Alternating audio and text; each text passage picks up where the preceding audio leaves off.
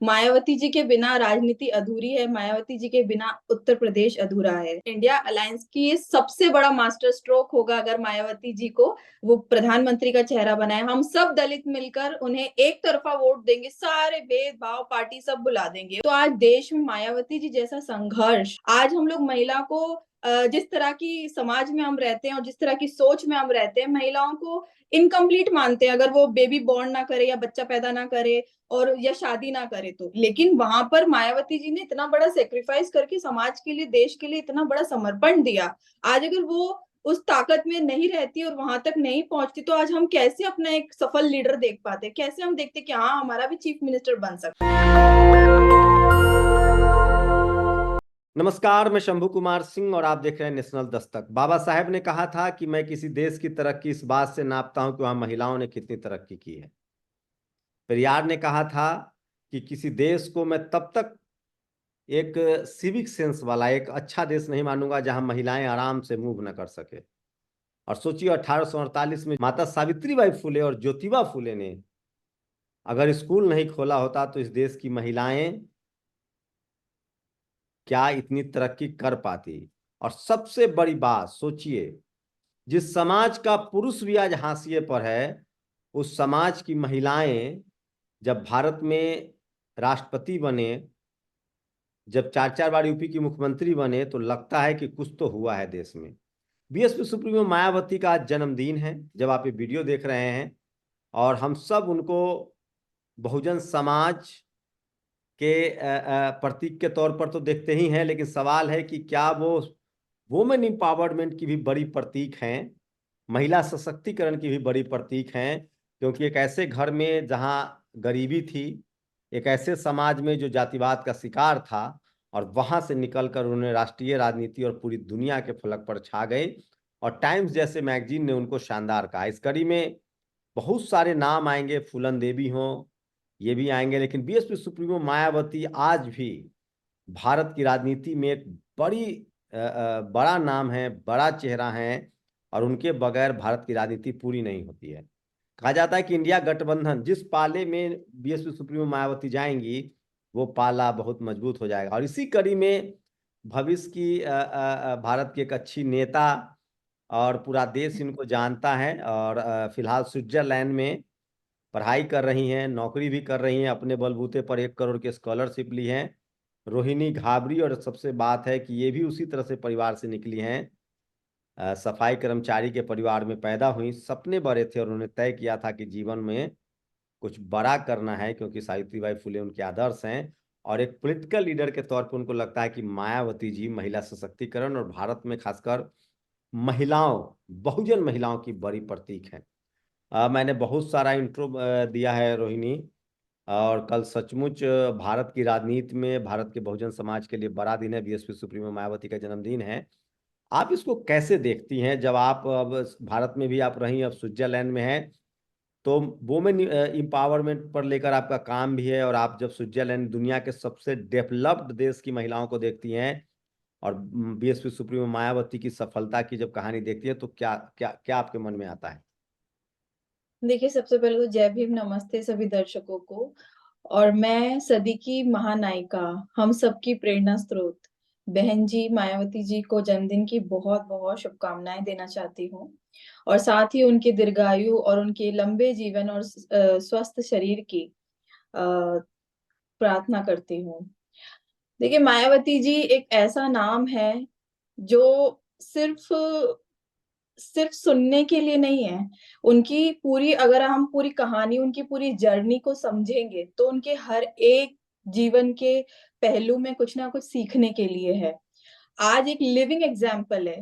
मैं बात करती हूँ कि हम बच्चे जो 21st सेंचुरी के हैं और अभी 2024 में हैं, हमने महापुरुषों की गाथाएं सुनी हैं, उनके संघर्ष की, कैसे बहुजन मूवमेंट की शुरुआत हुई, कैसे ज्योतिबा फुले, सावित्रीबाई फुले, बाबा साहब, काशीराम साहब ने इस बहुजन मूवमेंट को आगे बढ़ाया, और कैसे एक स्टेज एक लेवल लेवल लेवल अचीव करके आज हम लोग यहाँ तक पहुंचे।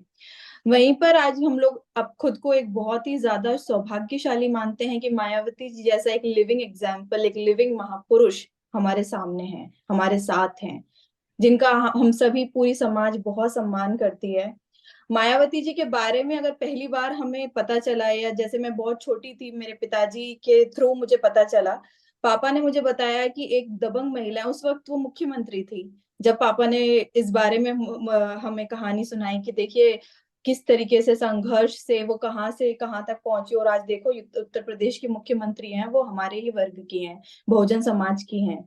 तो बहुत प्राउड फील होता था, तभी से मैं मायावती जी को बहुत ज्यादा पसंद करती हूँ, उनको फॉलो करती हूँ, उनको देखती हूँ किस तरीके से उनकी जर्नी, जब भी फ्री होती हूँ तो मैं उनकी बायोग्राफी, और किस तरीके से काशीराम साहब ने और उन्होंने किस तरीके से काम किया बहुजन मूवमेंट में, कैसे वो एक रात के अंधेरे में लैंप लेके जाती थी, और किस तरीके से महिलाओं को और समाज को जागरूक करती थी। तो वो सारी चीजें मुझे बहुत ज्यादा अट्रैक्ट की, शुरू से ही मैं उनको, इवन 2019 में जब मेरी स्कॉलरशिप की न्यूज आई फर्स्ट टाइम, तो पहला इंटरव्यू जब मैंने दिया, पत्रकार ने मुझसे पूछा कि आप किसको अपनी प्रेरणा मानती हैं आज, तो मैंने नाम लिया, मैं मायावती जी को मानती हूँ, क्योंकि उनसे बड़ा एग्जाम्पल अभी इस 21st सेंचुरी में तो कोई भी नहीं है। आज देश की सबसे ताकतवर महिला, मैं मानती हूँ कि मायावती जी हैं, उनसे ज्यादा ताकतवर महिला कोई नहीं है, जिन्हें हम, और मुझे बहुत खुशी है कि वो हमारे वर्ग से आती हैं, हमारे बहुजन समाज से आती हैं। तो मैंने जब उनकी कार्यशैली, जिस तरीके का एक एटीट्यूड, उनकी मैं वीडियोस देखती हूँ कि किस तरीके से डिप्लोमेट्स के सामने उनका एक रुतबा, वो जब अपनी स्पीच देती हैं, जब बोलती हैं, तो ये चीजें बड़ा अट्रैक्ट करती है कि कैसे कितना पावर गेन करने का मौका उनको देखकर मिला है। आज अगर हम सिर्फ राजगद्दी की बात ही करते रह जाते, अगर हम मायावती जी को मुख्यमंत्री की पद पर ना देखते, तो ये सिर्फ एक सपना ही रह जाता, और हम बातें करते रहते कि क्या होगा अगर हमारा मुख्यमंत्री बनेगा, कैसे फीलिंग आएगी, मतलब आज एक जो राज करना क्या होता है, और सत्ता क्या होती है, ये हमने मायावती जी को और काशीराम साहब को देखकर, उनके संघर्ष को देखकर सीखा। तो वो जो जोड़ी ने जो कमाल किया, वो सीरियसली एक बहुत ही ज्यादा मोटिवेशनल है हमारे लिए। उनके मुख्यमंत्री के तौर पे जो काम है देश के विकास के लिए, समाज के विकास के लिए, महिलाओं के विकास के लिए, उसे कैसे देखती हैं आप? देखिए, हम तो उनका लोहा मानते ही हैं, क्योंकि वो बहुजन समाज से आती है, और महिला एक महिला के तौर पर, लेकिन आज विपक्ष भी और विरोधी भी उनका लोहा मानते हैं। मायावती जी के बिना राजनीति अधूरी है, मायावती जी के बिना उत्तर प्रदेश अधूरा है। आज अभी अब देखिए ना, उनके कार्यशैली की विपक्ष भी तारीफ करता है कि जिस तरीके से उन्होंने 4 बार वो मुख्यमंत्री रही, और उत्तर प्रदेश की दिशा किस तरीके से उन्होंने बदलने का काम किया, एक महिला के रूप में जो उन्होंने काम किया, और जिस तरह एक रुतबा, और जो भी, जैसे अब लखनऊ का जो हम पार्क, जिसके अम्बेडकर पार्क की हम तारीफ करते हैं, क्या गजब का इंफ्रास्ट्रक्चर, और कितनी चीजें उन्होंने डेवलपमेंट में उस तरह की स्किल्स का शुरुआत की और काम किया, तो वो आज भी लोग अगर उत्तर प्रदेश में याद करते हैं तो मायावती। एक मुख्यमंत्री के तौर पे सबसे ज्यादा इंटरनेशनल लेवल के यूनिवर्सिटी, कॉलेज, हॉस्पिटल बनाने का रिकॉर्ड उनके नाम है। आप कभी गौतम बुद्धा यूनिवर्सिटी गई हैं कि नहीं, जो दिल्ली एनसीआर में है? नहीं, मैं नहीं जा पाई हूँ, अद्भुत है लेकिन इन वो, उसका फ्यूचर। जो पूरा जो आर्किटेक्ट है, मतलब जी। कैम्ब्रिज ऑक्सफोर्ड से भी ज्यादा आगे और एडवांस और विजन है उनका। और देखिए आप। भारत में पहला हैंडीकैप, जो जिनको प्रधानमंत्री ने दिव्यांग नाम दिया, उनके लिए पहली इंटरनेशनल लेवल की यूनिवर्सिटी लखनऊ में खोली उन्होंने। जो हम्म। सावित्रीबाई फुले इंटर कॉलेज भारत का सबसे इंटरनेशनल लेवल का इंटर कॉलेज है। हिंदी पट्टी हम्म। में पहला एक्सप्रेसवे बनाया उन्होंने, दिल्ली से नोएडा से जयपुर। भारत में ग्रैंड प्रिक्स के लिए कोई रोड नहीं था, फार्मूला 1 रेस के लिए, वो बीएसपी हम्म। सुप्रीमो मायावती के सरकार में बना। यूपी में सबसे ज्यादा शहरों का विकास, ग्रेटर नोएडा जैसे शहरों, न जाने कितने शहरों का विकास बीएसपी हम्म। सुप्रीमो मायावती के दौर में हुआ। तो जी। स्कूल, अस्पताल, पढ़ाई, ये उनका बड़ा विजन था। तो देखिए ना, एक यही तो सबसे ज्यादा इम्पोर्टेंट है, अगर हम देखा जाए तो 24/7 हमारी लाइफ में कौन सी चीजें ज्यादा इम्पोर्टेंट है। एजुकेशन इम्पोर्टेंट है, हेल्थ इम्पोर्टेंट है, अगर आपको कुछ भी होगा आपके शरीर में तो हेल्थ के लिए जाओगे, एजुकेशन के लिए जाओगे, और इस तरह की चीजें, तो स्कूल, हॉस्पिटल्स और फूड फैसिलिटी प्रोवाइड कराना, यही तो एक राजनेता का कर्तव्य होता है, जो उन्होंने। सफाई कर्मचारियों से लेकर टेंडर तक में, बड़े बड़े कॉन्ट्रैक्ट में भी उन्होंने सब समाज की भागीदारी तय किए थे। जी जी। हाँ देखिए, मुझसे ज्यादा तो आप जानते हैं, मैंने तो यूट्यूब के जरिए और जो पढ़ी हुई चीजें, जब भी मुझे रात में टाइम मिलता है तो मैं यूट्यूब पे लगाकर देखती हूँ कि हमारे महापुरुषों ने क्या क्या किया है, एटलीस्ट मुझे पता हो कि नहीं, लेकिन हमारा किस रोहिणी तरीके का रोहिणी घाबरी संघर्ष भी है। अब बहन जी के कदमों पर चलना चाहती हैं। आप अब चूंकि वो अभी तो वो राजनीति से रिटायर नहीं हुई है, उन्होंने अपना उत्तराधिकारी जरूर घोषित कर दिया है, लेकिन 2024 के में उनकी बगैर राजनीति नहीं होगी। लेकिन रोहिणी घाबरी में भी लोग देख रहे हैं कि वो भी देश की एक सफल महिला नेता के तौर पे। आप अगर बहन जी से मिलेंगी तो आपका पहला सवाल क्या होगा? बहुत नर्म मुलायम स्वभाव है उनका, जैसा वो लोग लोग प्रचार करते हैं ऐसा नहीं है। देखिए, उनके ये तो पास मेरा मिलने ड्रीम वालों। है, मैं उनसे मिलना चाहती हूँ। मैं काफी टाइम से कोशिश कर रही हूँ, 2 बार जब मैं इंडिया भी आई तो मेरी मेरी कोशिश थी कि मैं मायावती जी, जिन्हें मैं अपना आइडियल मानती हूँ, मैं उनसे एक बार मुलाकात करूँ। और कोशिश है कि देखिए, अभी मैं अपनी डिग्री कंप्लीट करके मेरी लेकर डिग्री लेकर आऊंगी तो मैं उनके चरण स्पर्श करने जरूर आऊंगी और उनका आशीर्वाद लेना चाहूंगी। क्योंकि हमारी हमारी जैसी महिलाओं की जो यंगस्टर्स हैं, उनके लिए तो वही आज एक आइडियल के रूप में है। और मैं सीरियसली उनसे मिलकर बात करना चाहूंगी, और मैं देखना चाहती हूँ उनको कि किस तरीके से उन्होंने क्या संघर्ष। आज अगर हम पॉलिटिशियंस की बात करें तो हम नेल्सन मंडेला के संघर्ष की बात करते हैं, क्यों करते हैं, क्यों एकमात्र ऐसे नेता हैं जो जिस तरीके से वो ब्लैक होके उन्होंने प्रेसिडेंट बने, और अफ्रीका में उन्होंने अपनी 28 ईयर्स जेल काटी, और ये सब, या हम इब्राहिम लिंकन का। तो आज देश में मायावती जी जैसा संघर्ष और ये जो एक हिस्ट्री में नाम दर्ज है, तो वो मायावती जी का है, जिसे हम एक टॉप लीडर के रूप में देखते हैं। तो मैं ऑफ कोर्स मिलना चाहूंगी, और अगर जैसे भी उनकी जब भी एक मुझसे सवाल, मुलाकात। एक एक कुछ कहना हो, एक सवाल पूछना हो उनसे तो। आपकी तरह कैसे बना जाए, क्या आपसे सीखा जाए, ये जरूर मैं पूछूंगी उनसे कि कैसे आपकी तरह बनते, क्या धैर्य है आपके अंदर, कैसे आपने जवानी में रहकर आपने अपनी अपनी जिंदगी की सभी चीजों को, सभी सुख सुविधाएं, और जिस तरीके की एक महिला की, जैसे मैं अभी 30 ईयर्स की हूँ, तो ऑफ कोर्स इस एज में ये होता है कि हाँ शादी करनी है, बच्चे होंगे, भविष्य हमारा देखना है, परिवार देखना है, और उन सबको सेक्रीफाइस करके आप बहुजन मूवमेंट के लिए इतनी ज्यादा फोकस्ड थी। ये कितना बड़ा सेक्रीफाइस है एक महिला के लिए। आज हम लोग महिला को जिस तरह की समाज में हम रहते हैं और जिस तरह की सोच में हम रहते हैं, महिलाओं को इनकम्प्लीट मानते हैं अगर वो बेबी बॉर्न ना करे या बच्चा पैदा ना करे और या शादी ना करे तो। लेकिन वहां पर मायावती जी ने इतना बड़ा सेक्रीफाइस करके समाज के लिए, देश के लिए इतना बड़ा समर्पण दिया। आज अगर वो उस ताकत में नहीं रहती और वहां तक नहीं पहुंचती तो आज हम कैसे अपना एक सफल लीडर देख पाते, कैसे हम देखते कि हाँ हमारा भी चीफ मिनिस्टर बन सकता है। तो ये सब चीजें बहुत ही ज्यादा मोटिवेट करने वाली है। मुझे लगता है कि मोटिवेशनल स्पीकर से ज्यादा हमें अपने महापुरुषों को सुनना चाहिए और देखना चाहिए, क्योंकि इन्हीं से हमारा हमारा रियल मोटिवेशन आता है। आपको नहीं लगता हम आप सबकी जिम्मेदारी है कि उनके आंदोलन को आगे बढ़ाया जाए? तो आप तो एक महिला हैं, उस समाज से भी हैं, तो आपकी तो और नैतिक जिम्मेदारी, और आपके पास तो दुनिया के सबसे बेहतरीन इंस्टीट्यूट का डिग्री भी है। तो आपको लगता नहीं कि आपको उस आंदोलन को आगे बढ़ाना चाहिए? देखिए, आंदोलन को आगे तो मैं 3 साल से यहाँ रहकर भी बढ़ा रही हूँ, जो भी अपने लेवल पर मैं कर सकती हूँ।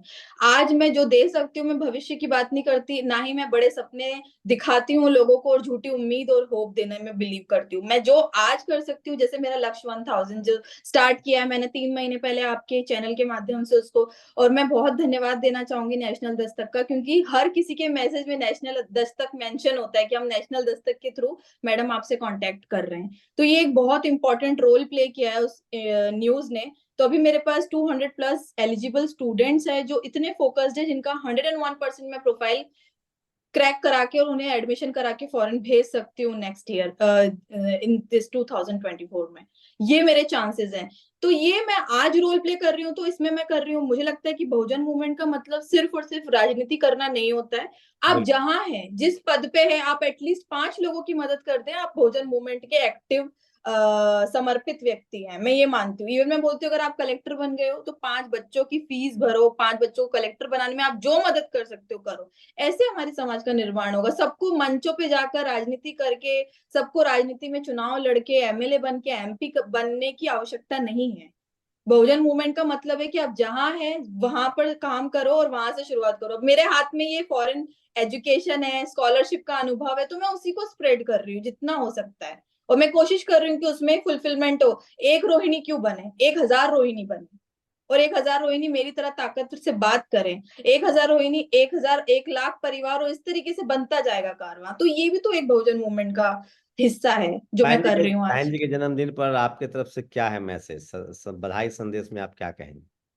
देखिए, बधाई संदेश में तो मैं यही कहना चाहूंगी कि आप अपने जो देश की सबसे ताकतवर महिला बहन मायावती जी हैं, मैंने उनके लिए 2 महीने पहले ही इंडिया अलायंस का एक बहुत वायरल हुआ था, लिखा था कि इंडिया अलायंस की ये सबसे बड़ा मास्टर स्ट्रोक होगा अगर मायावती जी को वो प्रधानमंत्री का चेहरा बनाए। हम सब दलित मिलकर उन्हें एक तरफा वोट देंगे, सारे भेदभाव पार्टी सब बुला देंगे। और ये मैंने देखा है लोगों से बात करके कि आज हम देश में इतनी पॉजिटिवली इतनी ताकत रखते हैं कि अगर हम लोग करें तो मैं कोशिश करूंगी सबको कि उन्हें इवन मैं ये संदेश देना चाहूंगी कि उन्हें मजबूत करें, उनके हाथ मजबूत करें। हमारे पास एक ही अभी महापुरुष के रूप में मायावती जी हैं, तो उन्हें मजबूत की करें। शुक्रिया रोहिणी हमारे साथ जुड़ने के लिए। तो ये थी रोहिणी घावरी जो स्विट्जरलैंड में रहती हैं और बहुजन आंदोलन में बहुत बढ़ चढ़ कर हिस्सा लेती हैं। बीएसपी सुप्रीमो मायावती का जन्मदिन है, लीजेंड है वो। राजनीति में उन्होंने बड़ी लकीर खींची है, लेकिन बड़ी तकलीफें झेली है उन्होंने, और समाज को बहुत सोशल कंट्रीब्यूशन भी दिया है। बीएसपी सुप्रीमो माननीय कांसी राम साहब के लेजेसी को उन्होंने आगे बढ़ाया। 2024 का चुनाव में उन पर बहुत कुछ टिका हुआ है, और उनके जन्मदिन पर तमाम इस देश के जो लोग हैं वो उनको बधाई संदेश दे रहे हैं। उसी कड़ी में रोहिणी घावरी थी जो उनके जन्मदिन पर उनको याद कर रही थी। आप लोग कैसे देखते हैं बीएसपी सुप्रीमो मायावती को, कमेंट में हमें ज़रूर बताइए। शुक्रिया रोहिणी हमसे बातचीत करने के लिए, हमारे साथ जुड़ने थैंक के यू। लिए। जय थैंक भीम। यू। जय भीम। नेशनल दस्तक की आपसे गुजारिश है कि अगर इसको बचाना चाहते हैं तो नेशनल दस्तक को सब्सक्राइब करने के लिए रेड कलर के सब्सक्राइब बटन को दबाएं, फिर बेल आइकन की घंटी दबाएं। नेशनल दस्तक को बचाने के लिए बहुत ज़रूरी है कि हर खबर को शेयर करें, लाइक करें, कमेंट जरूर करें।